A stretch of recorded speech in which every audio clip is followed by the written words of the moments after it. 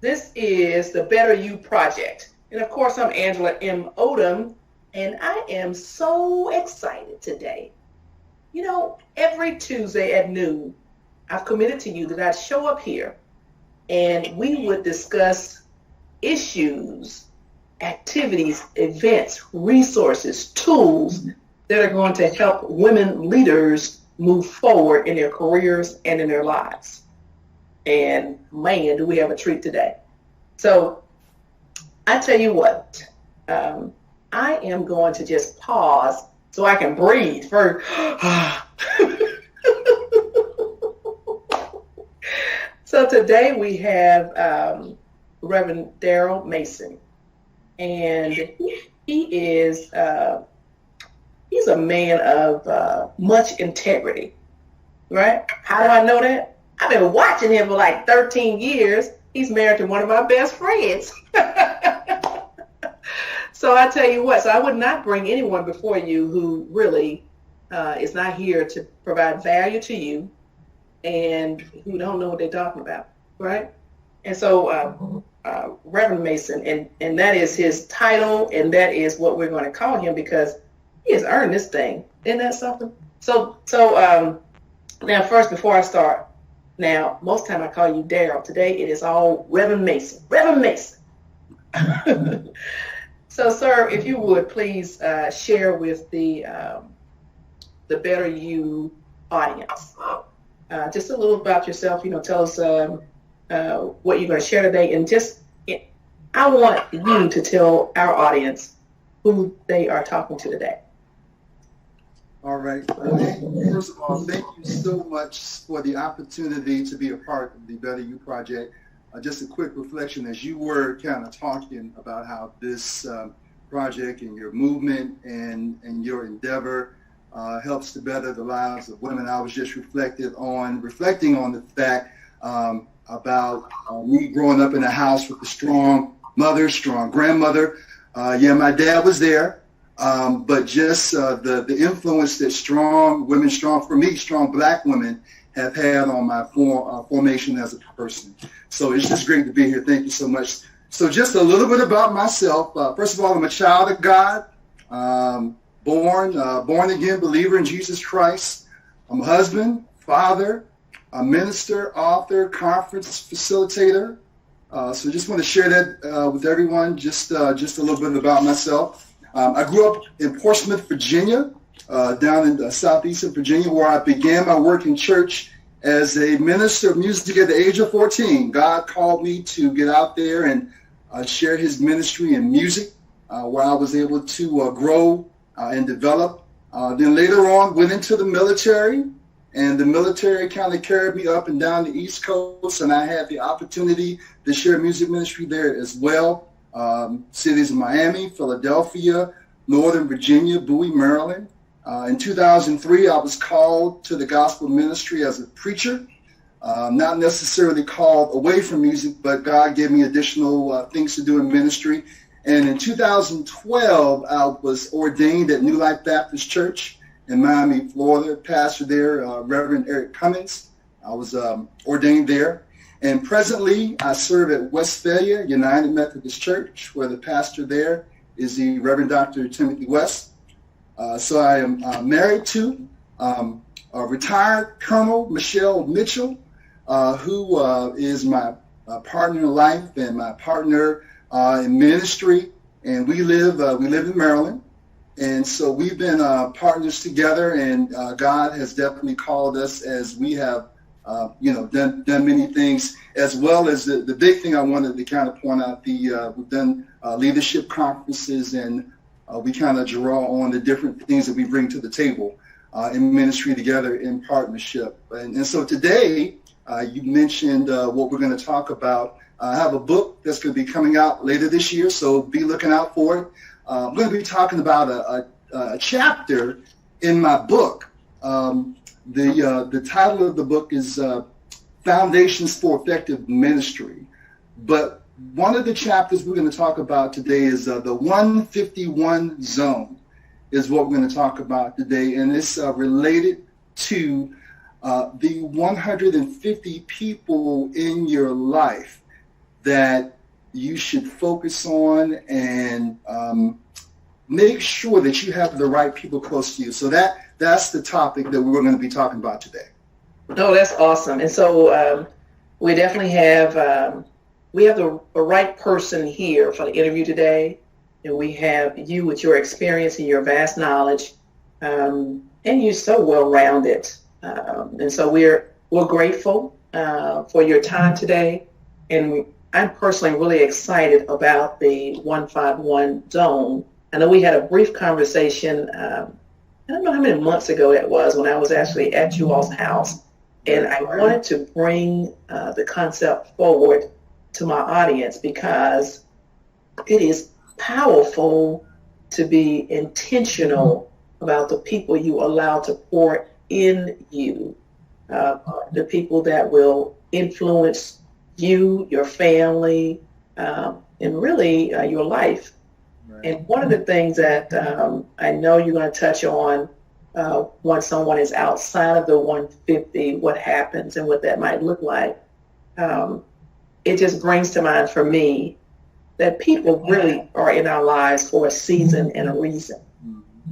And it's okay to hold on to some of them and then let some of them go. It's okay. True. And so as we start to talk about your 151 zone, can you tell us the framework or the concepts for it? Sure. So I think the best way to approach this, we were kind of talking before, and so let's just imagine we're gonna use a story framework. So just imagine that if you were stranded on a desert island, not necessarily stranded, but you live on a desert island with all your friends and your family, associates, and you get the news one day that the island is sinking and that you have been given a boat. And on that boat, you can only fit 150 people. Now, on that boat, you got, just like on the cruise ship, there are different levels. At the top level, you got the executive suite. And as you go down on the boat, they're different, just like on the cruise ship. You know, if you pay a lot of money, they got you at the top. But on that cruise ship, on that boat, there are different levels. So as you begin to make your plans to depart the island that is sinking, you're going to be very intentional about who gets to go on that boat. Anybody's just not going to be able to get on that boat. So obviously your close people that are close to you, your significant others, your children, they're going to go in the executive suite. And then there's going to be another level of people. They aren't quite as close as your friends and family. They're not going to go at the bottom, but they might go a level down, and then so on and so forth. And then you're going to intentionally place these people on your boat. And so when you fill the boat, you have reached the 150 capacity. But what about that person that's number 151?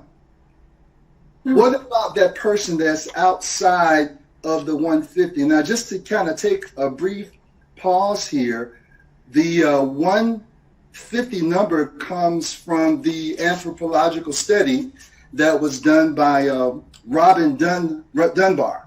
He's a British anthropologist, and he made the conclusion through his studies that we can really have no more than 150 significant relationships in our lives. And this has been proven by other studies. So that's where I'm getting the 150 number from. Comes from the research of Dr.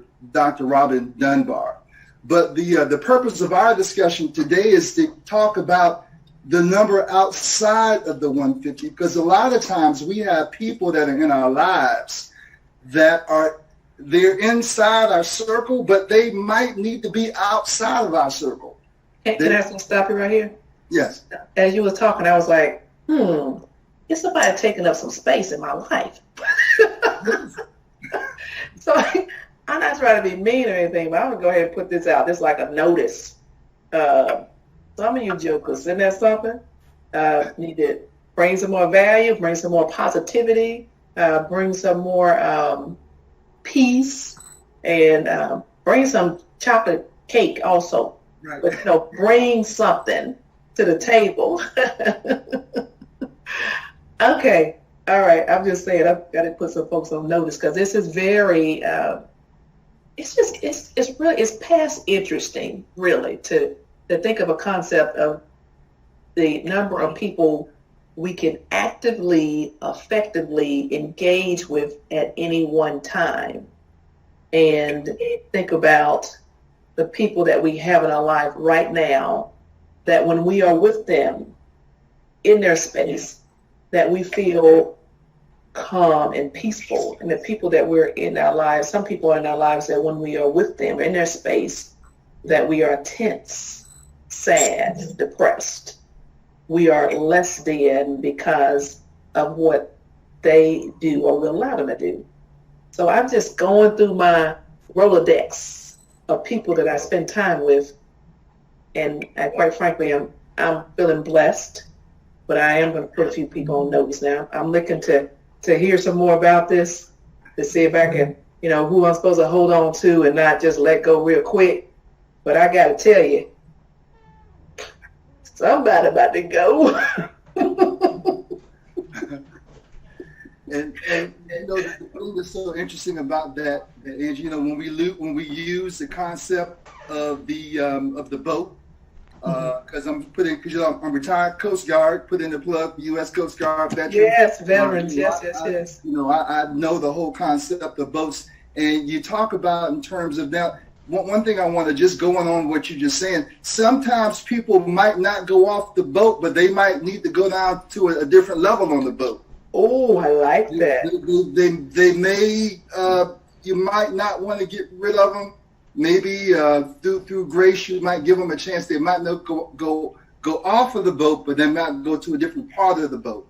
And so that might be that relative that maybe has disappointed you one too many times. But because of God's grace, she or he might not get kicked off, but they're just going to go down and they're going to live at the bottom of the boat for a little while till they learn how to act right.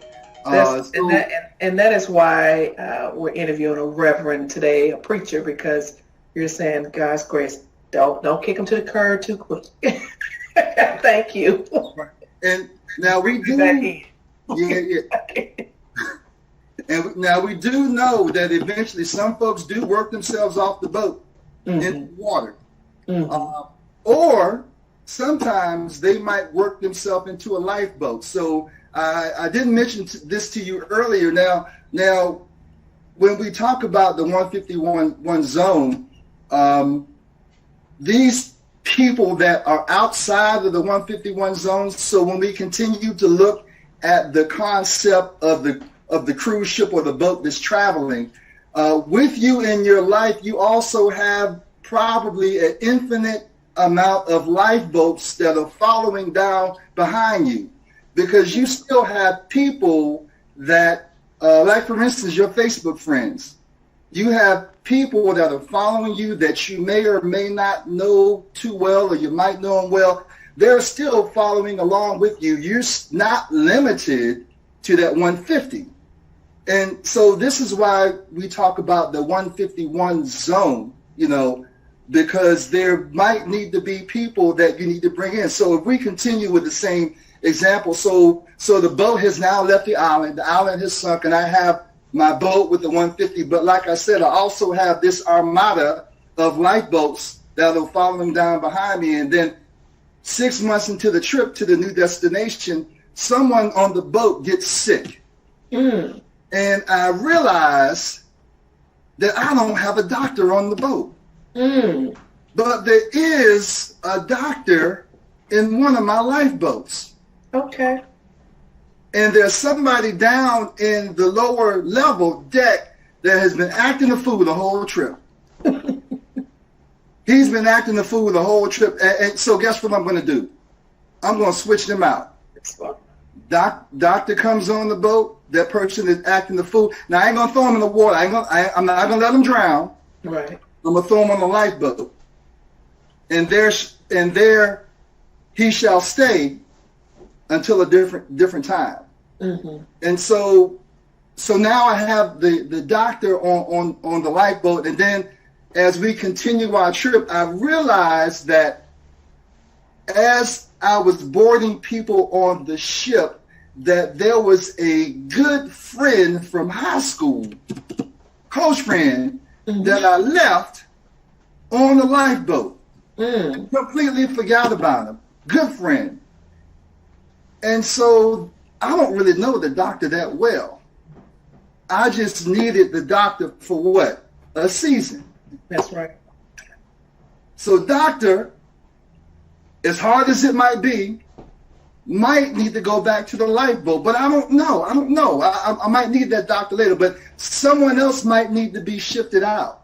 Some people are in your lives, and I'm only repeating what everyone has probably heard, for a reason or for a season. Right. So the idea of the 151 concept is for us to be continually mindful of who we're not only allowing in our circle or on the 150, but where do they fit? Are they on the first deck? Are they, are they down on the bottom? Are they in the middle?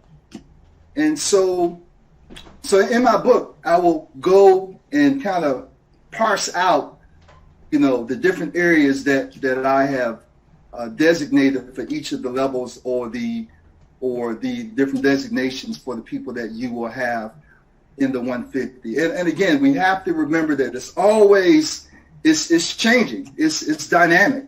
It's dynamic, and we have to always continually be in prayer for God to lead us and guide us for who we allow to be in the 150. But we have to also be open and be understanding that there might be someone in that 151 zone, in that armada of lifeboats that's still with you, that might need to come on the boat.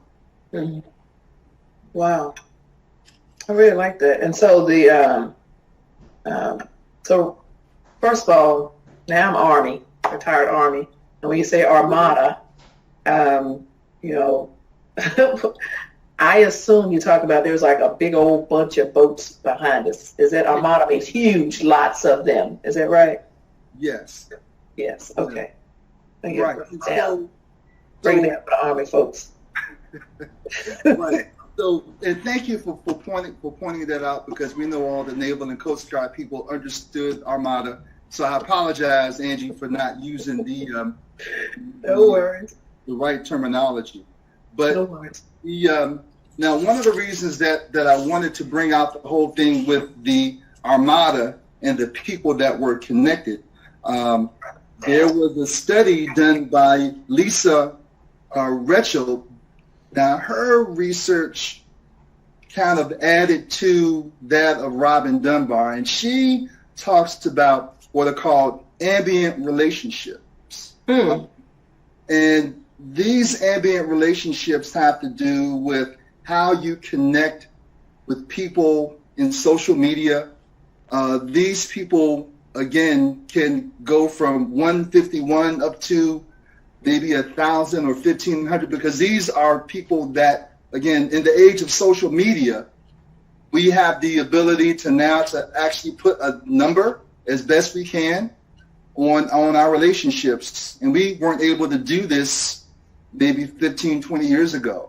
And so her research kind of talks about, how can you really make the best of your Twitter and your Facebook connections. And so I kind of thought about that and said, and that was when I kind of started thinking about, we